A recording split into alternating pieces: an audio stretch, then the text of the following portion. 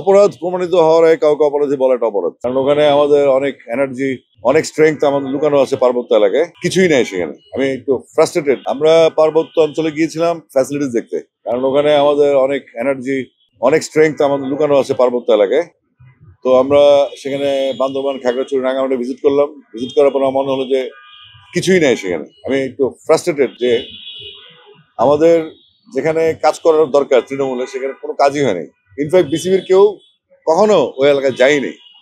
তো আমি যাওয়ার পরে দেখলাম যে আমাদের যে এজ গ্রুপের খেলা বা টুর্নামেন্ট গুলো হওয়া, সেগুলোর কোনো ম্যানেজমেন্টই নেই।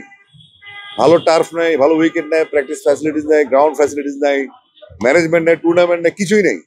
তো আমরা সেগুলা তদন্ত করলাম, চেক করলাম, এবং সেগুলোর জন্য আমরা ব্যবস্থা গ্রহণের জন্য আবার আমি উত্তরবঙ্গ সফরে যাচ্ছি। পঞ্চগড় থেকে শুরু হবে, এটা 18 তারিখ থেকে। তো আমরা মোটামুটি 10টা জেলাকে টেস্ট কেস হিসেবে নিচ্ছি। এক্সট্রিম মশার কয়েল প্ল্যান্ট ফাইবার দিয়ে তৈরি, ডেঙ্গু, চিকুনগুনিয়া বাহি সহ যে কোনো মশার বিরুদ্ধে দেয় এক্সট্রিম সুরক্ষা। এবং সেখানে যে যে ধরনের ফ্যাসিলিটিস দরকার আমরা বোর্ডের সাথে কথা বলেছি, বোর্ড যে কোনো ফ্যাসিলিটি দিতে প্রস্তুত।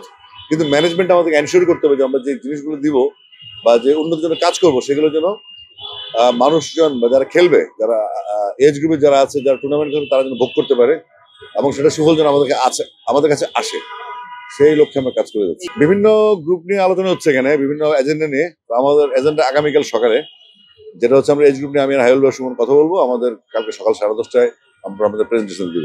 দেখেন, অপরাধ প্রমাণিত হওয়ার আগে কাউকে অপরাধী বলাটা অপরাধ।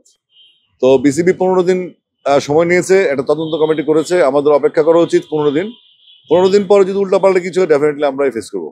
অবশ্যই আমরা তো বিশ্বাস করি যে আজকে নারী ক্রিকেটে বাংলাদেশ যে উচ্চতায় আছে, সেটার ধারাবাহিকতা ধরে রাখতে হলে আমাদেরকে এই সমস্ত ফালতু প্রবলেমগুলো সলভ করতে হবে এবং খুব কঠোরভাবে সলভ করতে হবে। যেহেতু আমরা বোর্ডে মাত্র নতুন 1.5 মাস হয়েছে আমাদের, আমরা চেষ্টা করছি কোনো রকম বিতর্ক ছাড়া, যেগুলো হয়েছে অতীতে সেগুলো যেন আমরা ক্যারি না করি, আমরা একটু ধারাবাহিকতা যেন বন্ধ করে দিই, আমরা সেই চেষ্টা করে যাচ্ছি আমরা।